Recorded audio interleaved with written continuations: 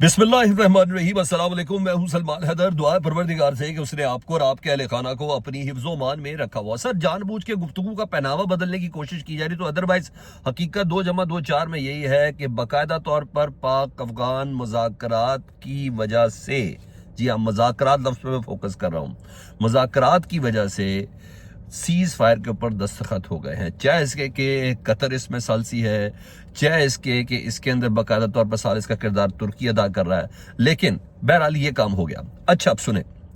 अब कतर की वजारत खारजा ने बाकायदा तौर पर इसका एक एलामिया जारी किया, तुर्की ने एक अलहदा जारी किया। पाकिस्तान के वजीर खारजा कुछ और बोल रहे हैं, लेकिन हकीकत में क्या चीज़ें सामने आई हैं वो मैं आपको बताता हूँ, वो भी मैंने आपको बताना है।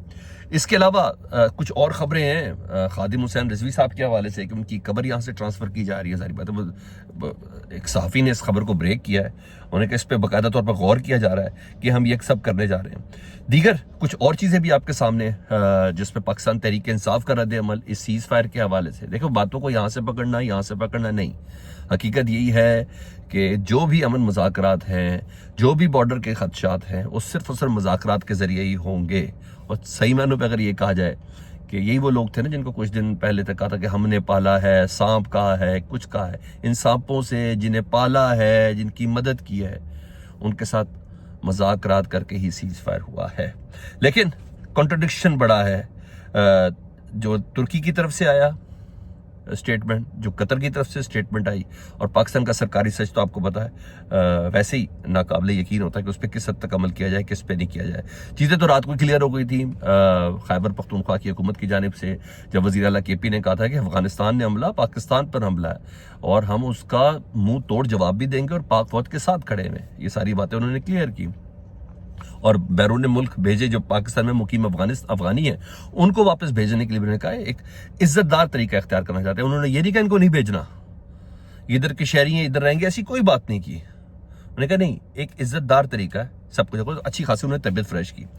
अब सर जी सुन ले जरा, पहले पाकिस्तान का सरकारी सच सुन ले, फिर बात करते हैं जी। पाकिस्तान और अफगानिस्तान के दरमियान हम आप सबको बहुत बहुत मुबारक हो जी, फौरी तौर पर जंग बंदी पर इत्तफाक हुआ और मुज़ाकरात दोहा में मुकम्मल हुए हैं। इस्लामी जमहूरिया पाकिस्तान और अफगानिस्तान के दरमियान दोहा में होने वाले मुज़ाकरात के दौरान दोनों ममालिक ने फौरी जंग बंदी पर इत्तफाक कर लिया। मुज़ाकरात की मेज़बानी रियासत कतर ने की, जबकि जमहूरिया तुर्किया ने भी सालसी का किरदार अदा किया। कतर की वजारत खारजा के एलामी के मुताबिक मुज़ाकरात के दौरान दोनों फ्रीकैन ने ना सिर्फ, अब ज़रा गौर से सुनिएगा, दोनों फ्रीकैन ने ना सिर्फ अमन इस्तेहकाम के लिए मुस्तकिल तरीकाकार वज़ा करने पर भी इत्तफाक कर लिया है, बल्कि जंग बंदी पर रजामंदी भी जाहिर कर ली है। एलामिया में कहा गया है कि दोनों ममालिक आइंदा दिनों में फॉलो अप इजलास मुनक्किद करेंगे ताकि जंग बंदी के नफाज और इसके पायदार तसलसल को यकीनी बनाया जा सके। ये इक़दामात पाकिस्तान और अफगानिस्तान दोनों में सलामती और इस्तेहकाम के फ़रोग़ के लिए मददगार साबित होंगे। कतर की वजारत खारजा ने उम्मीद जाहिर की है कि अहम पेशरफ दोनों बरादर ममालिक के दरमियान सरहदी कशीदगी के खात्मे और खित्ते में पायदार अमन के क़याम की बुनियाद पर रखे गए हैं और ये मुज़ाकरात 13 घंटे तक जारी रहे थे। सर, इतनी सी बात, यही सऊदी अरब कह रहा है कि पाकिस्तान और अफगानिस्तान को अपने मामलात मुज़ाकरात के जरिए हल करने हैं, यही तुर्किया कह रहा है, यही कतर कह रहा है, यही चीन कह रहा है, और पाकिस्तान में ज़ाहिरी तौर पर पाकिस्तान तहरीक इंसाफ या जेल में बैठे इमरान खान साहब कह रहे हैं, यही सब कह रहे थे। आखिर में हमने क्या बात मानी? वही, अगर पाकिस्तान की हद तक कि जो इमरान खान साहब अपने विजन या अपने एक्सपेरिमेंट की रोशनी में जो कह रहे थे वही सब हुआ। हमारे वजीर दिफा भी उधर हैं, हमारे ISI चीफ भी उधर हैं, उधर कतर का वजीर दिफा भी मौजूद है, उधर कतर का सिक्योरिटी चीफ भी मौजूद है, उधर अफगानिस्तान का भी वजीर दिफा और उनका सिक्योरिटी चीफ मौजूद है, उधर तुर्किया का सिक्योरिटी चीफ भी मौजूद है, जिसने अभी हमास और जो तेल अबीब है उसके हवाले से जो मुज़ाकरात थे उसके अंदर बड़ा आम किरदार अदा किया था। डोनाल्ड ट्रंप के 20 पॉइंट्स का जवाब तुर्की के सिक्योरिटी चीफ ने हमास को लिख के दिया था। तो सर, इस लेवल पर जब बात, यानी हर अक्लमंद और जी शऊर को ये पता है कि जंग बंदी के मामलात सिर्फ और सिर्फ कशीदगी का मामला सिर्फ, हाँ, आपने स्कोर लेवल किया, आपने 30 फौजी हमारे शहीद हुए, सिविलियन हमारे शहीद हुए, 200 के करीब हमने उनके मारे, और उसके अलावा जो कई हाइड आउट्स है उनको भी हमने तबाह किया, लेकिन फिर आखिर बात मुज़ाकरात के ऊपर ही आ गई है। अच्छा जी, अब सरकारी सच, तो ये तो एक आपको एलामिया हमने बताया तुर्की वाला। अब सरकारी सच क्या है, फिर PTI का रिस्पॉन्स क्या है, वो भी मैं आपको बताता हूँ। सरकारी सच में अमीर अब्बास एक हिस्ट्री बताते हैं। उन्होंने कहा देख लें, ये वही तालिबान है जिन्हें ताकत के नशे में कल तक दहशतगर्द कह रहे थे आप, नमक हराम कह रहे थे, एहसान फरामोश कह रहे थे और न जाने क्या कुछ नहीं कहा कि हमने तुम्हें 40 साल पाला है। क्या पाकिस्तान अफगानियों को रोटियां पका पका कर खिलाता रहा है? रियासत के एक जर्नैल ज़िया-उल-हक ने कहा था कि अफगान हमारे मोहसिन हैं और ये अपनी नहीं पाकिस्तान को बचाने की जंग लड़ रहे हैं। और आज आप कह रहे हैं कि 40 साल हमने पाला है। आपकी जिद, खुद पसंदी और डंडा चलाने का मिजाज हमारे मसाइल की जड़ है। आज जिनसे हाथ मिलाने के लिए इस्लामाबाद से उड़कर, ऐसे ही हुआ ना, हमारे वजीर दिफा उड़कर दोहा गए, दोहा पहुंचे। इमरान खान सूबे की सबसे बड़ी जमात और वजारत आला के उम्मीदवार को इन्हीं तालिबान का सहूलतकार कहा। यही कहा था ना कि हम इनके सहूलतकार हैं। तो वजीर दिफा गए तो सहूलतकार कौन हो गया अगर मुज़ाकरात के हवाले से बात हो रही है? नहीं सर, ये सिर्फ प्रोपेगेंडा है। मुझे और आपको, अवाम को किसी और तरफ लगाने की कोशिश है। हकीकत यही है, इनको भी बड़े अच्छे से बावर है कि मुज़ाकरात के बगैर बात नहीं बनी। ये नहीं देखना हमने कि उनको गोरिल्ला की एक्सपर्टीज है, कि वो कन्वेंशनल वॉर की एक्सपर्टीज है। नहीं सर, जिसकी जो एक्सपर्टीज भी है ना, मरना आम आदमी ने है। जी हाँ, वो कत्लो गारतगिरी के बाद जाहिर बात है उसमें कोई शक नहीं है इंडिया की इसके अंदर इन्वॉल्वमेंट है। उन्होंने उधर से बैठ के पाकिस्तान के हवाले से अच्छी खासी ये डोरे सारी लाई हैं। लेकिन सर ये है ना, तो हुआ तो वही जो खैबर पख्तूनख्वा की आवाम कह रही है, हुआ तो वही जो इमरान खान साहब कह रहे हैं, हुआ तो वही जो सहेल अफरीदी कह रहे हैं।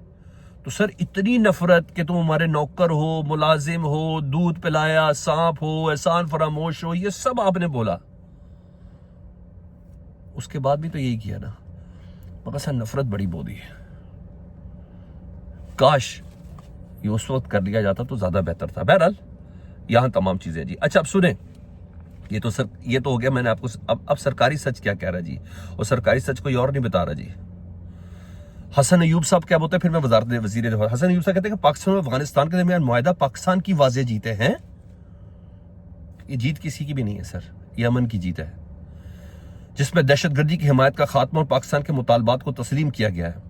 इस मुआहदे ने अफगानिस्तान को चेहरा बचाने का मौका दिया, जबकि 7 दिन बाद यानी 25 अक्टूबर को इस्तांबुल में मजीद तफसीली मुज़ाकरात होंगे। ये कहीं एलामिया में लिखा है कि तुर्की में 25 अक्टूबर को कोई और मीटिंग होगी? कहीं एलामिया में लिखा है? जी हाँ, क्योंकि सेम इसी चीज को सुबह सुबह किया है ख्वाजा आसिफ साहब वजीर दिफा जो उसमें मौजूद थे। वो कहते पाकिस्तान और अफगानिस्तान के मबैन सीज फायर का मुआहदा तय पा गया। पाकिस्तान की सरजमीन पर अफगानिस्तान से दहशतगर्दी का सिलसिला फिलफौर बंद होगा। दोनों हमसाया ममालिक एक दूसरे की सरजमीन का एहतराम करेंगे। अल्हम्दुलिल्लाह 25 अक्टूबर को इस्तांबुल में दोबारा वफूद में मुलाकात होगी, तफसीली मामला तय होंगे। हम कतर और तुर्किया दोनों बरादर ममालिक का शुक्रिया अदा करते हैं। 25 अक्टूबर बड़ा फर्क है जी। कतर की वजारत खारजा के एलामिया में, हमारे वजीरे दिफा साहब के गुफ्तगू में, दोनों के उसमें बहुत ज़्यादा फ़र्क है, अच्छा खासा फ़र्क है। हाँ, खबर यह है कि ईरानी वजीर खारजा ने भी अफगान वजीर खारजा से टेलीफोनिक रब्ता किया जी। अब ये ईरान का एक प्रेस मीडिया बता रहा है। ईरान ने अफगानिस्तान में पाकिस्तान को तहम्मुल और मुज़ाकरात का मशवरा दिया। अफगान पाक कशीदगी से पूरा खित्ता मुतासर हो सकता है, वजीर खारजा अब्बास अरागची ने कहा है। ईरानी वजीर खारजा अब्बास अरागची की अफगान वजीर खारजा अमीर खान मुत्तकी से टेलीफोनिक रब्ता हुआ। पड़ोसी ममालिक में झड़पें खित्ते के इस्तेहकाम के लिए खतरा हैं, ये कहना है जी। कशीदगी कम करने के लिए ईरान काबुल और इस्लामाबाद में अपना किरदार अदा कर सकता है। यहाँ ये चीज़ बोलिए जी। उधर सर हाँ जी, तुर्की के मीडिया ने क्या कहा जी, अब वो भी सुन लें। अब क्योंकि इसमें सालिस वो भी है ना, तुर्की भी सालिस है, कतर भी सालिस है। कतर ने क्या कहा वो बताया, तुर्की क्या कह रहा है वो बता रहा हूँ, पाकिस्तान ने क्या कहा वो भी मैंने आपको बता दिया। कहते हैं पाकिस्तान और अफगानिस्तान सालिसों की मौजूदगी में 13 घंटे तवील बातचीत हुई। अफगानिस्तान ने तस्लीम किया है कि वो आइंदा TTP समेत किसी भी ऐसे दहशतगर्द ग्रुप की मदद नहीं करेगा जो पाकिस्तान पर हमला करता हो। किसी भी ऐसे ग्रुप की अफगानिस्तान में मौजूदगी पर मैकेनिज्म बनाने के लिए पाकिस्तान और अफगानिस्तान के दरमियान अगली नशिस्त इस्तांबुल में होगी। ये तुर्क उर्दू है जी, RT उर्दू जो ये बात बता रहा है जी। पाकिस्तान और तालिबान के दरमियान दोहा में होने वाले सालसी मुज़ाकरात में तुर्क इंटेलिजेंस चीफ इब्राहिम कालन ने भी हिस्सा लिया है। तो ये तुर्की का सच है। अच्छा जी, अगली मीटिंग इस्तांबुल में, मैं तुर्की के सच को मानता हूं। वहां क्या होनी है बात, और मुज़ाकरात होने तीसरे और चौथे फरीक की मौजूदगी में कि अफगानिस्तान की सरजमीन पाकिस्तान के खिलाफ इस्तेमाल नहीं होगी। तो ये सब बातें पहले से कौन कर रहा था, पहले दिन से कौन कर रहा था?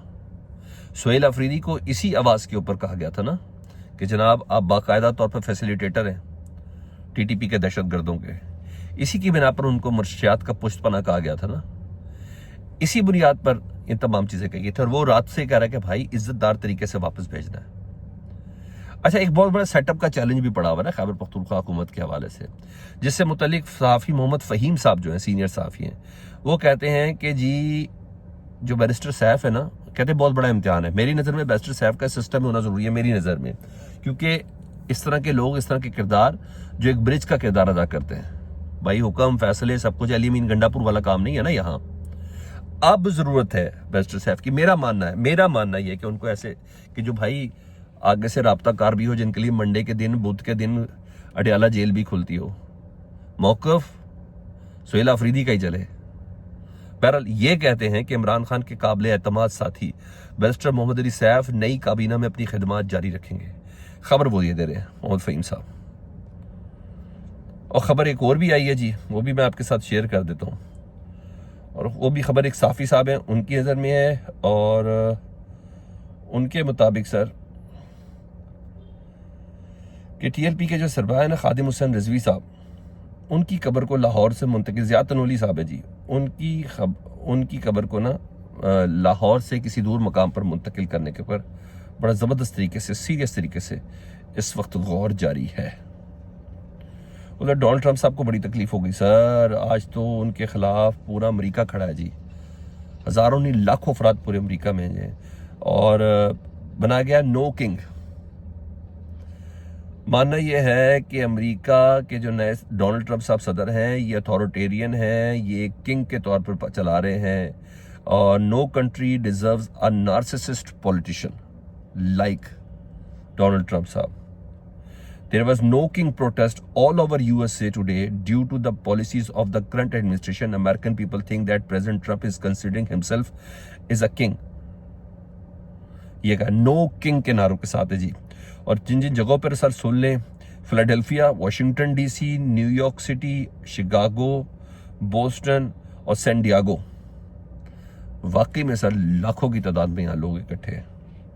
ट्रंप साहब पूरी दुनिया में अमन कराना चाहते हैं, लेकिन उनकी आवाम उनको एक नार्सिस्ट समझती है, एक किंग की अप्रोच वाला समझती है। इसको बंद कर दो, उसको उठा लो, उसको बंद कर दो, उसको उठा लो, यही कर रहे हैं ना वो।